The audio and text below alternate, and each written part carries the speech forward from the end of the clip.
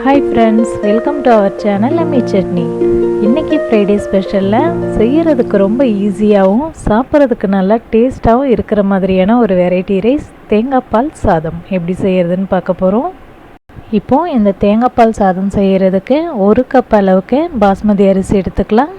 இது 2-3 தடவை தண்ணியில் நல்லா வாஷ் பண்ணிவிட்டு அரை மணி நேரம் ஊற வச்சுக்கலாம். அடுத்து 1 கப் அளவுக்கு திக்கான முதல் தேங்காய் பாலும் 1 கப் அளவுக்கு 2வது 3வது தேங்காய் பாலும் எடுத்து வச்சுக்கலாம். இது கூட ஒரு பெரிய வெங்காயம், 4 பச்சை மிளகாய், கொஞ்சமாக கொத்தமல்லி புதினாலாம் கட் பண்ணி வச்சுக்கலாம். 10 முந்திரி பருப்பு எடுத்துக்கலாம். தாளிப்புக்கு 1 ஸ்பூன் இஞ்சி பூண்டு விழுது, பட்டை, கிராம்பு, ஏலக்காய், இது கூட பிரிஞ்சி இலை. இப்போ குக்கரில் 1 ஸ்பூன் அளவுக்கு நெய் சேர்த்துட்டு 2 ஸ்பூன் அளவுக்கு எண்ணெய் சேர்த்துக்கலாம். எண்ணெய் சூடானதும் முந்திரி பருப்பு சேர்த்துக்கலாம். இது கூடவே தாளிப்புக்கு நம்ம வச்சுருந்த பட்டை, கிராம்பு, ஏலக்காய், பிரிஞ்சி இலை இதெல்லாம் சேர்த்து வதக்கிக்கலாம்.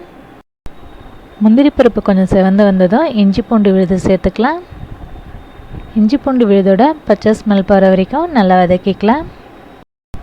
இப்போ இதில் நம்ம கட் பண்ணி வச்சுருக்கிற பச்சை மிளகாயும் பெரிய வெங்காயத்தையும் சேர்த்துக்கலாம். பெரிய வெங்காயத்தையும் பச்சை மிளகாயையும் நல்லா வதக்கிக்கலாம்.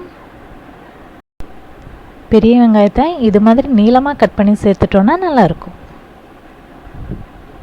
வெங்காயமும் பச்சை மிளகாயும் நல்லா வதங்கினதுக்கப்புறமா நம்ம கட் பண்ணி வச்சுருக்கிற கொத்தமல்லியும் புதினாவும் சேர்த்துக்கலாம்.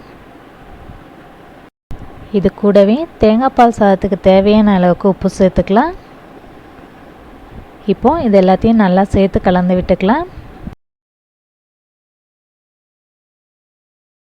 இப்போ இதில் நம்ம ஊற வச்சுருக்கிற பாஸ்மதி அரிசியை தண்ணியை வடிகட்டிட்டு இதில் சேர்த்துக்கலாம்.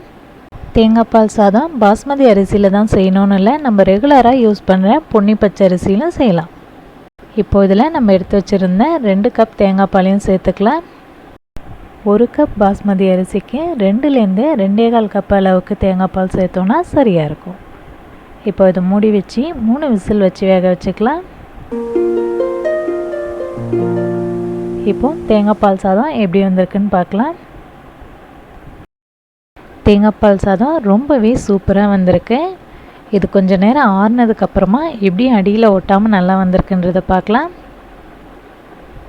இப்போ பார்த்திங்கன்னா தெரியும், தேங்காய் பால் சாதம் குக்கரில் அடியில் ஒட்டாமல் உதிரி உதிரியாக ரொம்பவே நல்லா வந்திருக்கு. இப்போ இதை ஒரு பிளேட்டில் மாற்றிக்கலாம். ரொம்ப ஈஸியான டேஸ்டான இந்த தேங்காய் பால் சாதத்தை நீங்களும் ட்ரை பண்ணி பார்த்துட்டு மறக்காமல் உங்களோட கமெண்ட்ஸ் எங்களுக்கு அனுப்புங்க. இந்த வீடியோ உங்களுக்கு பிடிச்சிருந்தா லைக் பண்ணுங்கள், உங்கள் ஃப்ரெண்ட்ஸ்க்கெலாம் ஷேர் பண்ணுங்கள். மறக்காமல் அம்மி சட்னி சேனலை சப்ஸ்கிரைப் பண்ணுங்கள். தேங்க்யூ.